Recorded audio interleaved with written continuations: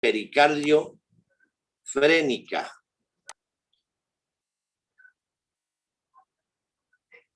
Y la pleura diafragmática de la arteria frénica superior y las musculofrénicas. Estamos haciendo un recuerdo porque tiene sus cositas que vamos a ver en el derrame que nos va a ubicar todas estas cosas.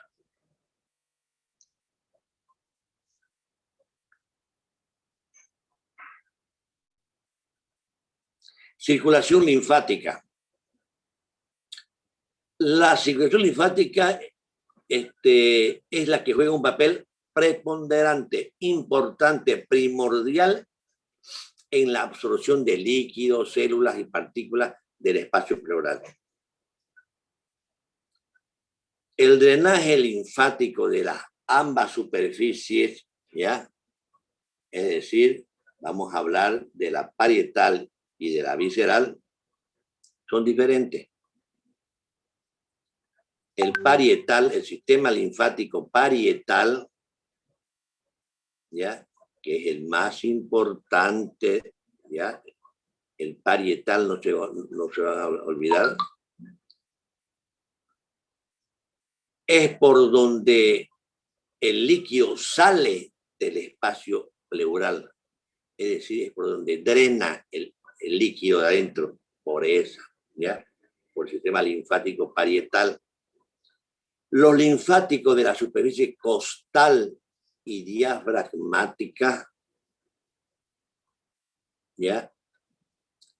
Drenan hacia los ganglios paraesternales y paravertebrales. Los de la superficie mediastínica drenan en los ganglios traqueobronquiales. Estamos hablando de la pleura parietal, acuérdense ustedes. La pleura visceral no tiene lagunas y estomas, dice. ¿Qué quiere decir eso? Que no tienen esos espacios y orificios, son los estomas, por donde circule, donde salga el líquido. No hay. Por eso es que no drena a otro lugar, sino que directamente el líquido se va al parénquima pulmonar, es decir, más que a la cavidad pleural, porque hay una conexión directa del sistema linfático pulmonar con la pleura visceral, ¿ya? En cuanto a la inervación, solamente las pleuras costal y diafragmática reciben nervios sensitivos. Por tanto, si se irrita, produce dolor. Miren bien esto, acuérdense bien. Dolor. La pleura costal y diafragmática tienen nervios sensitivos. Por tanto, si hay una inflamación, hay una infección, va a haber dolor. Los nervios intercostales, como lo estamos diciendo, inervan a la pleura costal y a las zonas periféricas de la pleura diafragmática. Lo estamos diciendo anteriormente, ¿no? Por eso el dolor, cuando hay una inflamación, ¿dónde se refleja el dolor? En la pared del tórax. Y la parte central de la pleura diafragmática, ¿ya? Que se inerva a través del nervio frénico, en caso que haya una inflamación o infección, el dolor se transmite al hombro, al vértice del pulmón y al cuello. ¿Ya? La pleura visceral, que es la que cubre el parénquima pulmonar, el pulmón mismo, no tiene terminaciones nerviosas, sensitivas, dolorosas. ¿Ya? Y cuando alguien experimenta un dolor pleurítico de cualquier índole, ustedes tienen que pensar en que hay una afectación de la pleura parietal, no la visceral. Por eso siempre decimos el pulmón no duele. No duele el pulmón porque no tiene inervación, no tiene fibras nerviosas sensitivas. Solamente la capa de afuera, la que recubre el tórax, prácticamente la que recubre la pared torácica. Entonces es por eso que duele. La otra no hay dolor. Y recién entramos ya a hablar del derrame mismo. El derrame pleural es la acumulación anormal de líquido en el espacio pleural. Esto como resultado de un desequilibrio entre la formación y la reabsorción de líquido, ¿ya? Esto a consecuencia de alguna condición, de alguna patología, lógicamente, que puede amenazar hasta la vida del paciente. La mayor parte de los derrames pleurales son secundarios a una enfermedad pulmonar, pleural, pero también puede ser por enfermedades extrapulmonares o sistémicas o neoplásicas que también se pueden dar. El derrame pleural puede ser causado por varios mecanismos. Aquí están, son 8 mecanismos que nos pueden producir, es por cómo se produce el derrame pleural. Por incremento de la permeabilidad de la membrana pleural, lógicamente.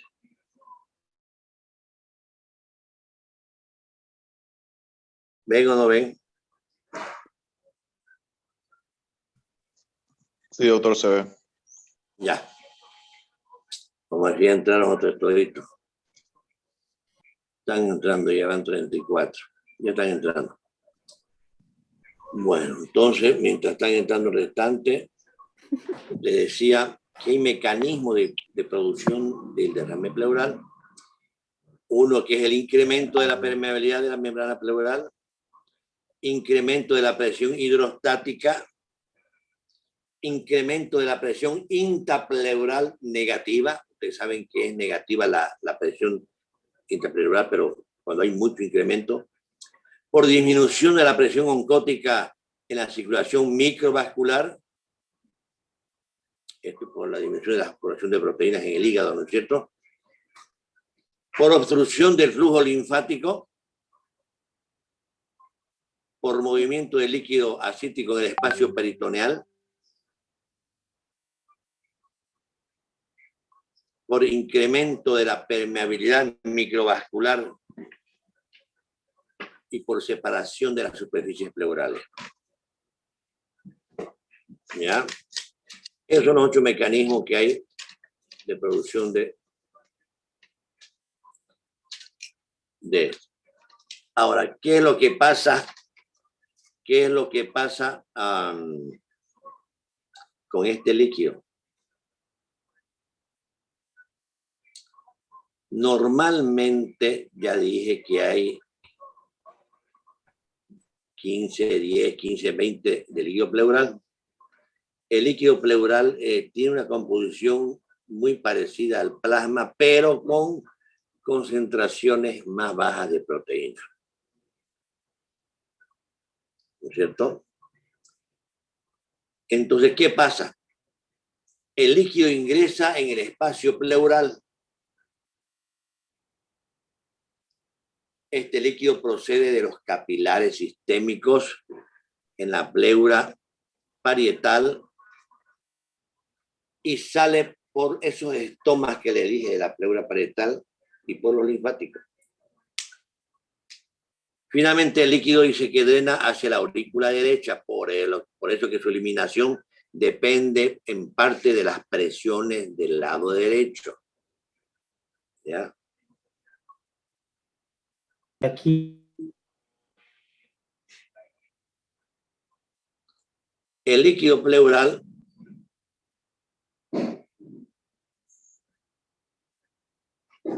cuando se acumula demasiada cantidad o cuando sale demasiado poco del espacio pleural, cuando ingresa demasiada cantidad o cuando sale demasiado poco del espacio pleural. Ahora, ¿cómo vamos a ver etiológicamente a los derrames pleurales. Los derrames pleurales se lo clasifican como trasudados y exudados. Pero para saber cuál es trasudado, cuál es exudado, dice ahí que depende de las características que nos den en el laboratorio ese líquido que vamos a examinar. A eso se refiere la caracterización de los derrames de acuerdo a las características del laboratorio del líquido, ¿no? Un trasudado. Ya.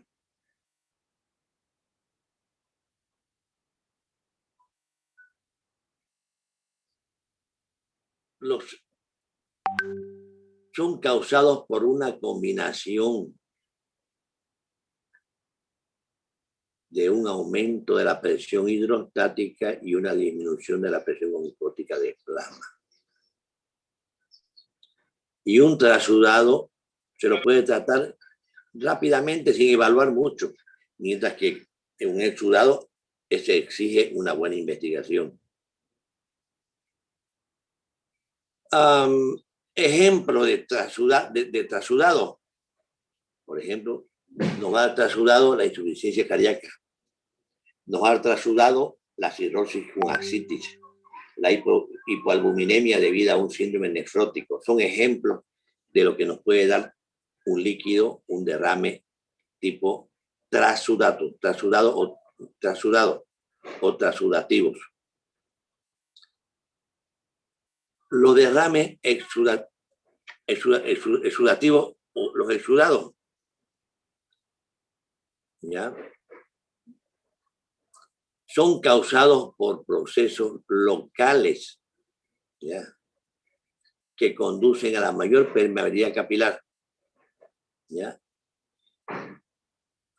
Produciendo un exudado de líquido, de proteínas, de células y otras cosas más, componentes dentro del suero. ¿Qué ejemplo tenemos de que nos puede dar exudado? Tenemos la neumonía, tenemos el cáncer, tenemos la embolia pulmonar, tenemos la infección viral, tenemos la tuberculosis. No es que no hayan más, yo les estoy dando unos cuantos ejemplos de cada uno, pero para que sepan ya.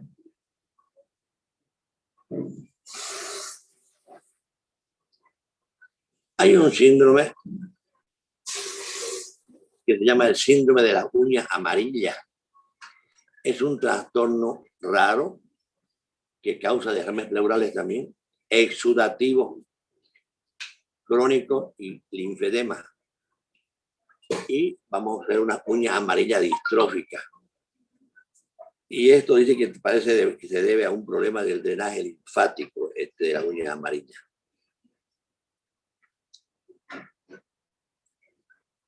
Pero vamos a ver nosotros primero criterios para que identifiquemos, porque si encontramos líquido en la cavidad esa pleural, solamente podemos decir derrame pleural, pero no podemos darle el nombre y apellido porque no sabemos de qué se trata ese líquido que hay ahí, ¿no ves? Porque habría que ver, ¿no? Si es líquido nomás, hablamos de un hidrotórax. Si es sangre, vamos a ver, hablamos de un hemotórax, ¿no es cierto? Si es pus, hablamos de empiema. Entonces, cuando ya sabemos qué es, entonces decimos, tenemos un hemotórax, un hidrotórax, un pigotórax, ya con fundamento, ¿no es? Por decirte, tenemos un derrame quiloso, el quilotórax, ¿ya? En el quilotórax es un derrame blanco, lechoso, hay aumento del contenido de triglicéridos, fíjense la diferencia que va a haber con otro más bajito. Hay aumento de los triglicéridos por una lesión traumática o por un cáncer, ¿ya? Cuando hay una lesión traumática en el conducto torácico o un cáncer de por ahí, entonces nos puede dar un kilotórax. hemotórax, no se olvide. Otro derrame son los derrames los quiliformes o pseudoquilosos. Se parecen a los quilosos, pero concentraciones bajas de triglicéridos, fíjense, y aumentada la de colesterol, lo que les dije anteriormente. Y aquí, ¿por qué se dan estos quiliformes? Por la liberación de colesterol a partir de también que ya lisis de los eritrocitos y los neutrófilos en unos derrames esos de larga evolución que hay. El hemotórax, otro derrame, es la presencia de líquido hemorrágico, ustedes saben. Pero ¿qué hacemos nosotros? Sacamos el líquido, observamos y que el hematocrito del líquido pleural está aumentado más del 50%, ¿ya? El hematocrito periférico. Entonces, esto puede darse por un traumatismo, una hemorragia, por consecuencia de una coagulopatía, o después de la rotura de un vaso sanguíneo, etcétera, ¿no? El empiema es el otro. El empiema es la presencia de pus en el espacio pleural. Normalmente aparece como una complicación de una neumonía, ¿ya? De un absceso pulmonar, hepático o subdiafragmático, o un traumatismo penetrante con infección secundaria. El empiema, es decir, cuando usted escuche hablar, el empiema de necesidad es cuando se extiende ese empiema a los tejidos blandos, ¿ya? Que produce infección de la pared torácica y tiene su boca que sale un drenaje hacia el exterior. Otro derrame es el pulmón atrapado o encarcelado, también se llama. Es un pulmón rodeado por una cubierta fibrótica, causado por un empiema o por un tumor. Como el tumor no puede expandirse, la presión pleural es más negativa que la normal, lo que aumenta la transudación de líquido. Normalmente el líquido presenta características entre transudado y exudado, más o menos así.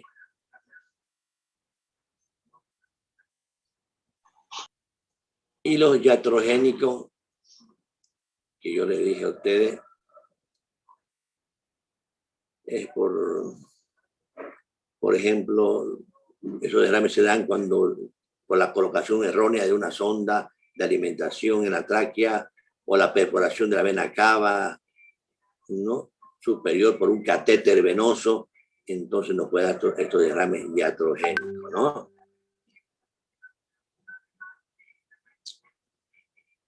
Pero todo esto que estamos hablando, para que podamos diferenciarlo bien, vamos a utilizar los criterios de Light, se llama. Este criterio de Light, sencillo, para que no estemos mucho memorizando cosas así. ¿Cuáles son los criterios de Light?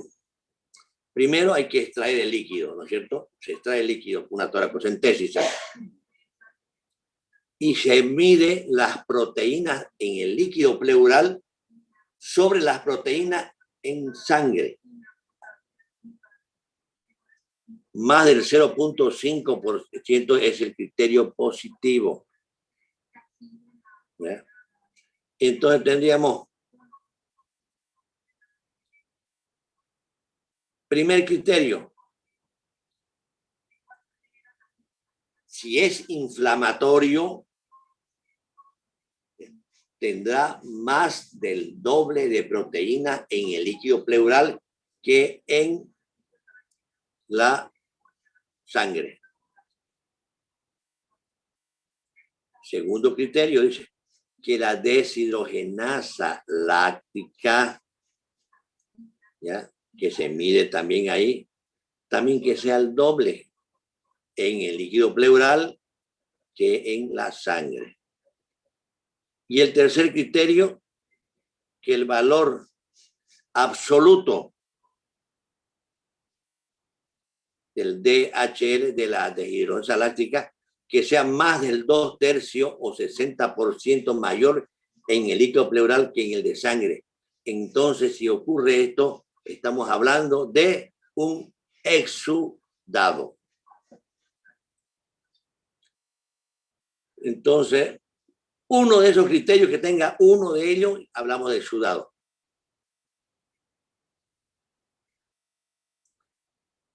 Síntomas, signos y síntomas. Algunos derrames, o gran parte de los derrames son asintomáticos y son descubiertos pues por casualidad, cuando uno viene un paciente con cierta sintomatología de dolor pleurítico, qué sé yo, y lo encontrás por casualidad, encontrás el derrame. Y se descubren durante un examen físico o en la radiografía de tórax. Pero ¿cuáles son los síntomas más comunes? ¿Ya? Disnea, la falta de sensación de aire, dolor torácico pleurítico, obtener las dos cosas, la disnea y el dolor torácico.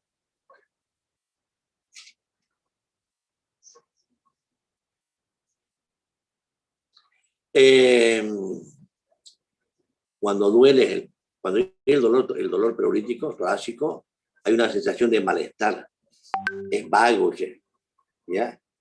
Que empeora durante la inspiración. Entonces, como al inspirar empeora, duele más al respirar y al meter aire, entonces nos indica una inflamación de la pleura parietal, ya saben ustedes, no es la visceral.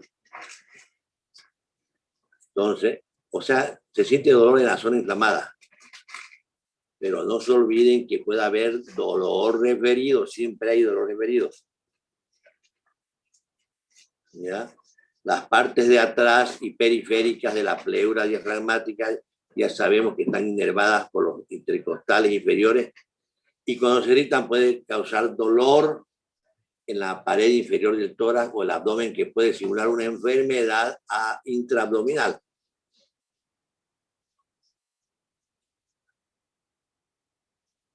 La irritación de la parte central de la pleura diafragmática, como está inervada por el nervio frénico, como le dije anteriormente, va a causar dolor, es referido, ¿no?, al cuello y al hombro.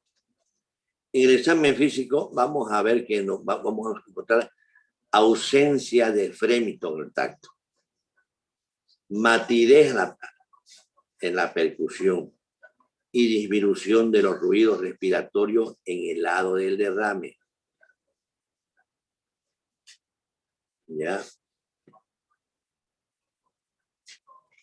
Cuando hay derrames de gran volumen, la respiración se hace rápida y superficial. ¿Y cuál es el signo clásico que el médico va a encontrar en un derrame de gran volumen? Es el roce que hay por fricción pleural. ¿Ya? El roce es un sonido que hay medio áspero, rudo, ¿ya? Sí.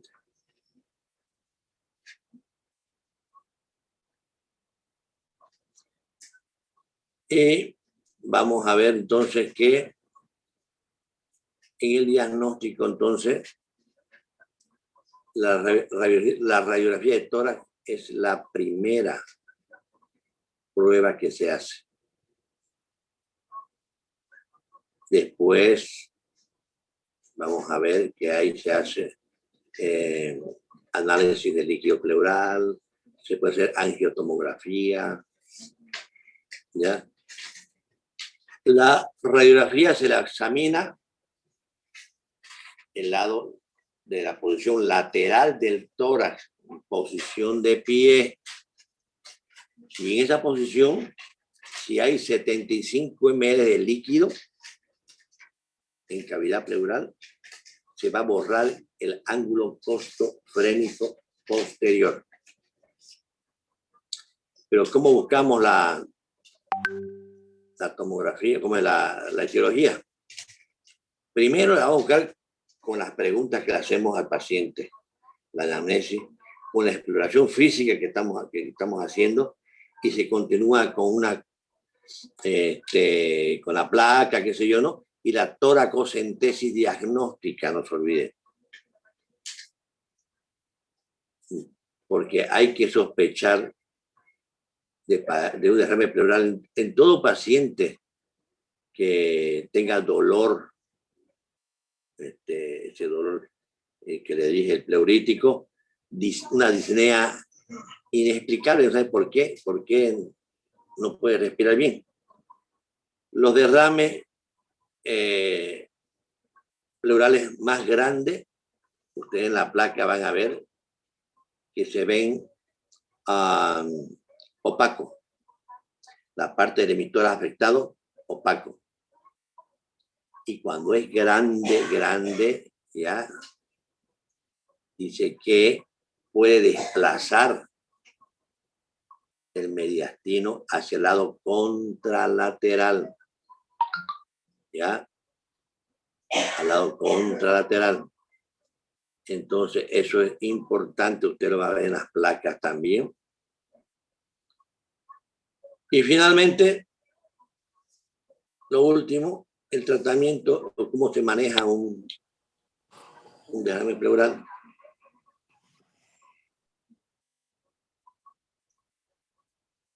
No, o sea, el diagnóstico no es mucho el problema, no reviste dificultad. Y ya lo dijimos que se basa en la exploración, en la comprobación con las técnicas de imagen que ya les dije, la radiografía de tórax, tras las sospechas que hay, ¿no? El tratamiento será en base a diuréticos para que elimine líquido, con vasodilatadores, ¿ya? Con esas cosas el derrame comienza a resolverse espontáneamente en pocos días.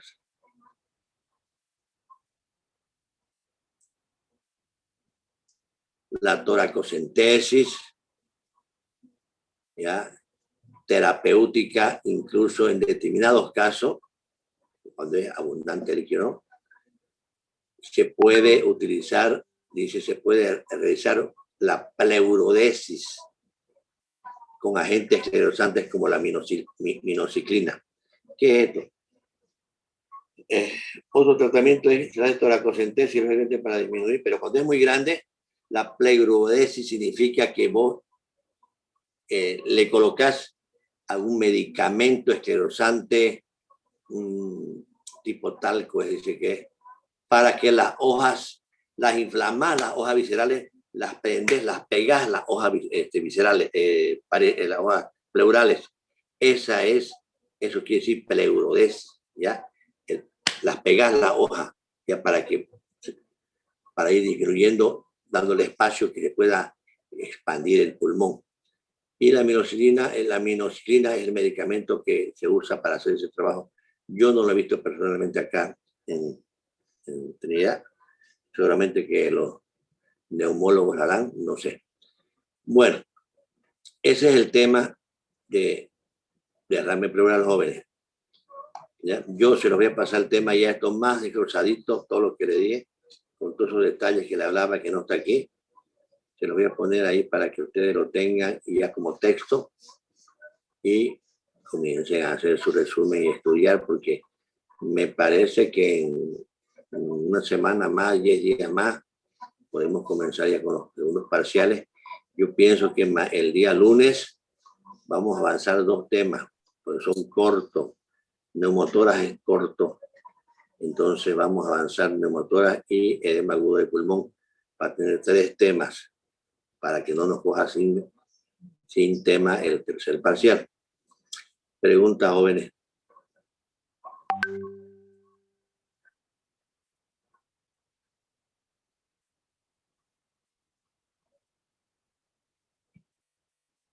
Preguntas, jóvenes.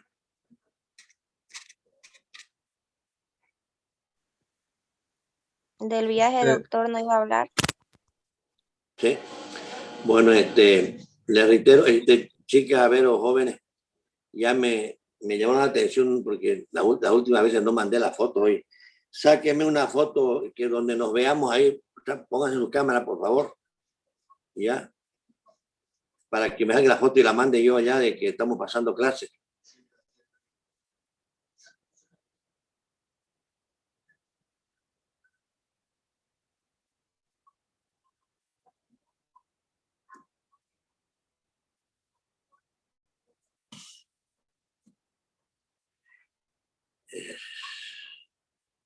Eso quiero que me saquen la foto y me la mandan así la foto a mí, para que yo se la pueda mandar a Narda.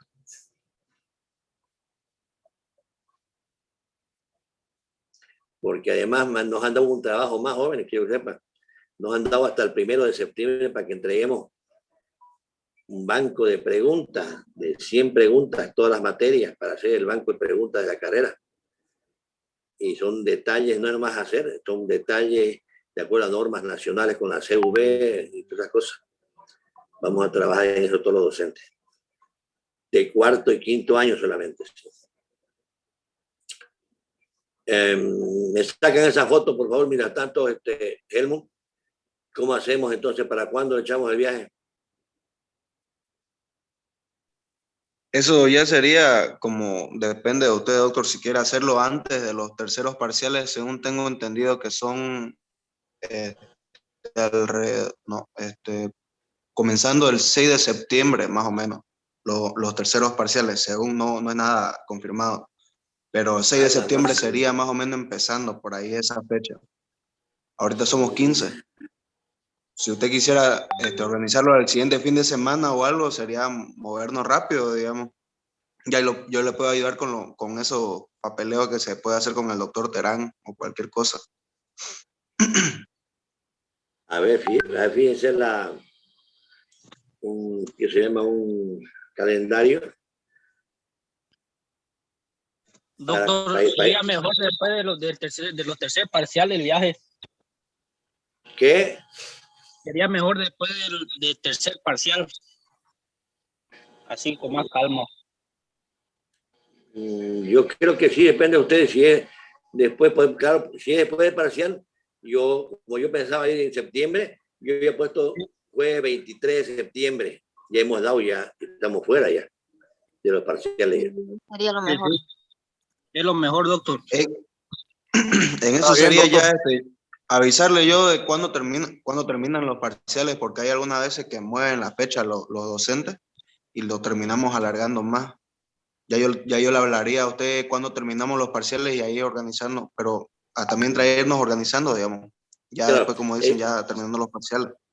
Escúchame, lo que vas a hacer vos en esta semana que hay, preguntar cuándo se inician los parciales, hasta qué fecha supuestamente terminan y dando unos días más, pensando en que puedan variar, para que en base a eso hagamos la nota al doctor Terán, hagamos otra nota hay que hacer por si acaso a transporte de la central, para que nos puedan dar los buses. Yo creo que son tres buses de los chicos. ¿Cuánto entran en cada bus? Si no mal recuerdo, 20, doctor. 20 por ahí, sí. 20 por ahí, contando el pasillo más. En 3 son 60. 3 son más, pero como no sé si estarán todos, pues, porque cuando toca el viaje, todos quieren viajar. Claro, algunos estábamos viendo eso. De cómo alquilar una flota de estas grandes como hicimos o como hicieron algunos para el viaje de parasitología. Alquilar una flota grande, conseguir un chofer que nos haga precio. Y otra cosa que quería preguntarle sería lo del hospedaje, el tema del hospedaje. ¿Qué haríamos si vamos a contactar un hotel allá, como hicimos el año pasado con el doctor Terán, o llegar y cada uno se busque dónde ir, digamos? Somos hartos con nosotros. Por eso, es que si usted me dicen, porque ustedes son los que van a gastar su plata, hijo. Entonces, queremos hospedarnos en hotel más económico, qué sé yo. Bueno, no queremos aquí en Macac, entonces, no todos tienen dónde alojarse. Ya, entonces con mi compañero ya vemos. Claro, hay que ver. Y hablamos con ese hotel, precio especial para estudiantes, así como hacemos en Guayará, Rivera Alta, así hablamos, y los mínimos los cobraban. Pero eso esta semana tenemos que hacer. Tienen que ayudarle aquí a hacer con tu directiva, tu directorio, no sé, ver el tema de la flota, ver el tema del alojamiento. Yeah. Y tercero, ¿cuánto entra en una flota grande? Yo creo que alrededor de unos 40 por ahí, doctor, si no me equivoco. Contando el pasillo igual, porque hasta en el pasillo se puede ir. Y tendría que hablar igual, voy a hablarlo bien porque hasta con el doctor Mercado, porque él alquiló flota para ir a un viaje a Bellavista, o no sé si fue él, pero para ver sus contactos y todo. Otra cosa, doctor, también el tema de los peajes, yo puedo hablar, el año pasado nos quedamos en un buen hotel con el doctor Terán. Estamos hablando de que vamos a ir a Rurreno, a Rurrenoaque. Sí. Ya. Voy a hablar con él para que me pase el contacto del hotel para ver si se puede llegar a un acuerdo y nos puede hacer el mismo precio o menos que teníamos el año pasado. Ya. Pero oye, una flota de todo 40, eso lo voy a ir a ver. Ya no va a alcanzar una flota con 40 porque son más ustedes. Una flota claro, no alcanza. Claro, como le digo, ya yo voy a ver, voy a averiguar, voy a ir movilizándome todo este tiempo hasta antes de que viajemos para ver qué podemos hacer y todo. Ya yo le voy a estar informando a usted todos esos detalles. Movilizate, yo querido, porque mañana tenemos clase de tropical. A ver si algo avanzado ya para que vayamos avanzando, pues ya. Yo me voy a dedicar a hacer el trabajo que vamos a hacer allá. Voy a desarrollarlo acá para tenerlo listo ya. Otro tema de conversación igual de algunos compañeros es el tema de los que no van a viajar. ¿Qué prácticas harían o qué práctica le haría usted a esas personas? Ya eso lo vemos cómo lo vamos a ver. Ya. Eso sería entonces, doctor. El viaje sería nota para medicina tropical y también para neumología, los dos, ¿no? Para los dos. Vamos a hacer los dos trabajos vamos a hacer. Ya. Los dos trabajos. Está bien, doctor. Mañana, ¿a qué hora quieren la clase?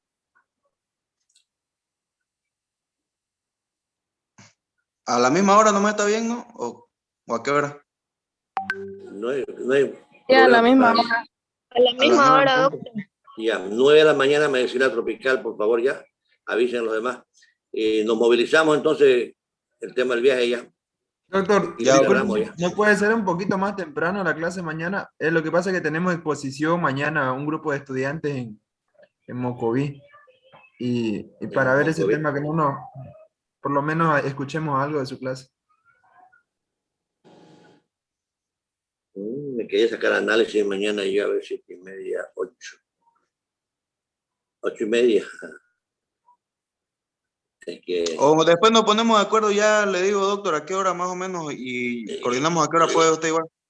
Ya, yo estoy libre toda la mañana, pero resulta que casualmente me quiero hacer unos análisis mañana y 7:30 que estaré allá.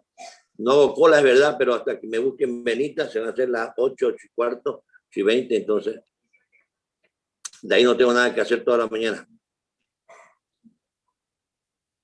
Ya, depende de usted. Me confirman, ¿no? Ya. La hora. Está bien, doctor. Ya. Listo, man. Listo. Quedamos chau, entonces. Hasta la foto, me mandan la foto de ahorita, por favor.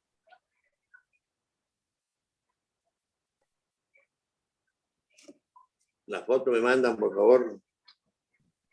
Sí, doctor.